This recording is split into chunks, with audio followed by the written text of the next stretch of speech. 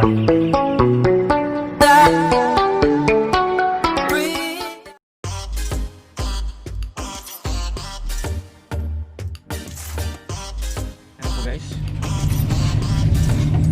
dumating na po kami. Dumating na po kami. Darating lang sa Starbucks. Oops. Boto. Ano sa kabila dyan, Vic? Parang hindi ka marapan. Ha? Ayan sa palayan, guys.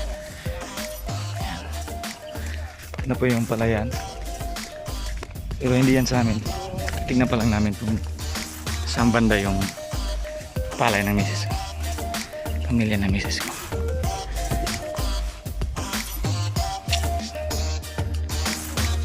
Okay. Yan po guys, dito kasi wala po silang irrigation. Kaya karamihan ng mga palayan, pinagkukunan nila ng tubig ay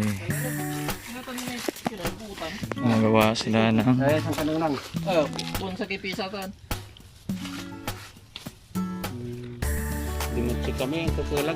magawa sila ng oh guys, may mga bayabas dito malalaki. Ano to? Hybrid. Yan o. Mahinog na eh. So i-harvest namin to. Sayang kasi malalaki naman kasi na. Hybrid na hybrid to guys. Kalahin mo pumunta kami rito para yan dito lang sa bayabas na lalaki.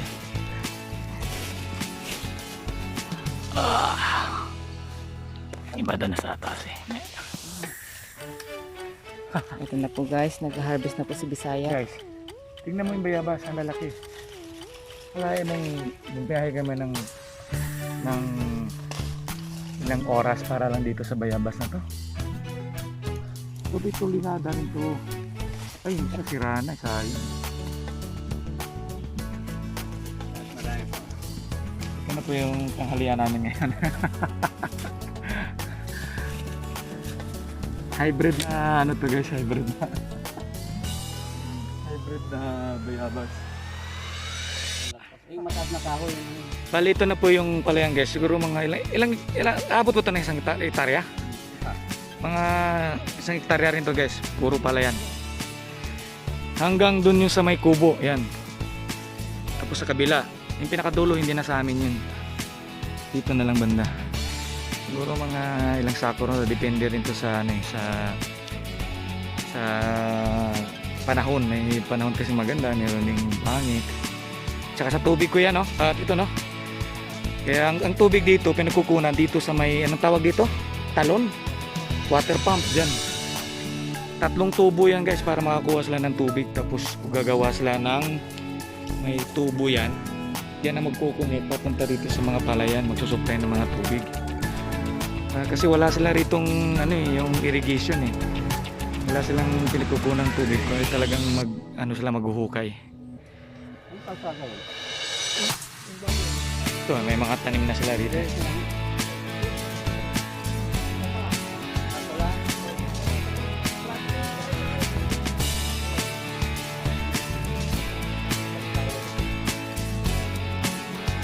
Yan, ito yung tanim. Dito yung mga damo dito, ini-spray lang eh, para mamatay. Ini-spray nyo lang dito, no? Nung kasi sa amin guys, sa probinsya namin, hindi namin ini-spray yung mga damo. Bali talagang meron talagang taong binabayaran para kumuha. Tapos sabay lalagyan ng abono. Dito ini-sprayan lang. Kaya medyo iba kakaiba rin yung style nila kumpara sa probinsya namin sa Bohol. Tito, ilang buwan to bago babaanihin? After 2 months to pwede na to anihin eh. Itong mapalay na to. Siguro mga di ko matansa kung ilan yung sako rito. Hanggat siguro maubos yung mga sako sa mga tindahan, pwede siguro. Maganda rito guys, probinsya sa Malasigi.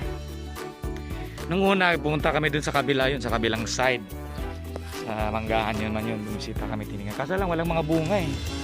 Hindi siya buwan ng ano talaga, hindi siya season ng mga mangga. Tapos pumunta kami sa kabilang barangay. Dito sa side na to, nandito po yung palaya naman din dito nila. Bumisita rin kami para makita rin namin kung ano, pakisalam namin yung lupa nila. Kasi dati pa to nabili na nila. Sayang din kasi. Kami, kukuha pa kami ng palay para pakiskis namin. Sige. Bye. Ito na. Pabalik na po kami dun sa bahay. Tapos doon na kami sa sakyan. Itong owner na to, ito po yung sakyan ng palay para magpakiskis. Tapos kami sa kabila. Kasi yung palay na pinakiskis namin, dadali namin dun sa Labrador. Ito na po guys, pupunta po na kami ngayon sa kiskisan.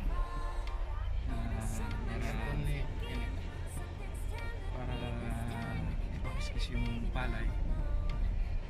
Nadali namin dun sa bahay namin. Andun na po yung susunod na lang kami doon para kunin yung bigas na. Guys, dito naman kami ngayon sa kiskisan. Pinagpapakiskis, 8 sako lang po yung pinakiskis namin kasi hindi po magkasya sa sasakyan. Dadali namin yan sa Labrador.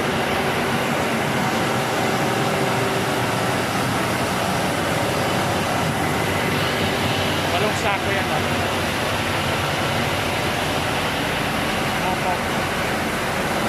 Ito. Walong.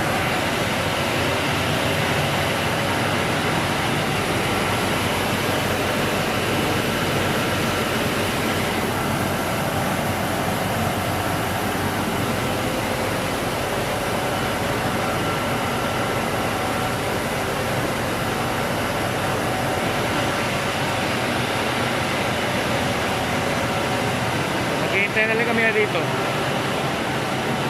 Tapos ito ng kiskisan, uuwi na rin kami. Pero bago kami uwi, nadaan muna kami dun sa mall para mag-lunch. Kasi alas 12 na po, gutom na. Ngayon, hihintayin namin to. Saglit lang siguro to kasi kami lang naman din yung kami lang naman din yung nagpapakiskis. 8 sako lang yan guys. Kasi pag naubusan ng bigas dun sa bahay, pupunta lang dun sa sa pinsan nila. Dito na po yung bigas. Finising.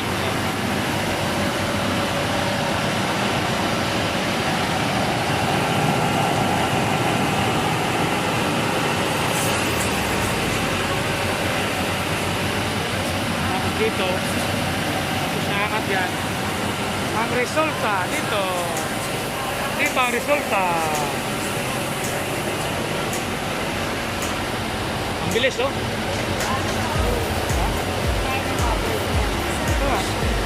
Ito yung finished product guys. Ito yung pagkain ng baboy.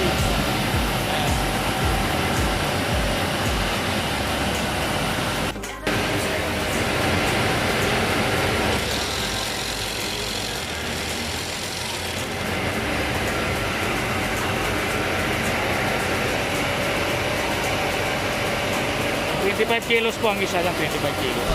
Tapos na po kami magpakiskis. Bali, ilang kilo lahat? 240 kilos. Lahat ng inuwi namin ngayon. Bigas na yan. Bigas na po yan na finished product. Papakita lang namin yan. Yan bali, ano yan, 40 kg yan. Tapos yung iba nasa likod. Kita mo yan. 25 kg yan. Bali, yan, 8 yan. Tama ba? 8.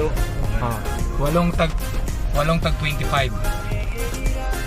So, ngayon uuwi na kami. Pero bago kami dadaan muna kami doon sa Robinson. Magla-lunch muna kami kasi alauna na. Gutom na.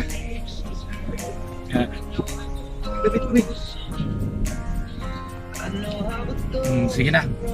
Sige, okay.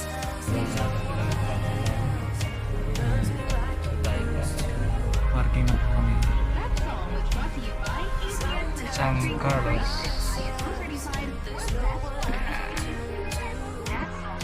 Parking na kami guys. Ako ngayon sa Quezon, San Carlos City. Doon po kami dumaan sa kabilang side. Kaso lang hindi kami pinapasok. Kasi may senior citizen po kami kasama, yung father-in-law. Umikot kami sa kabilang side. So buti na nakapasok. So dito na lang kami sa Jollibee na.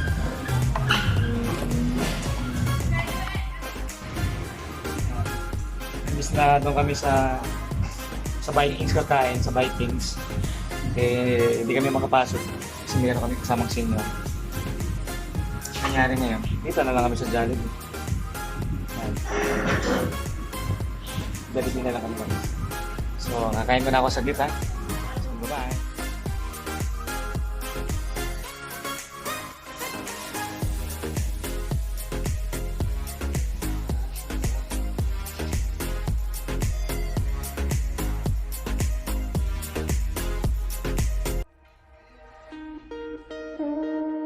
This is Mr. Pion again.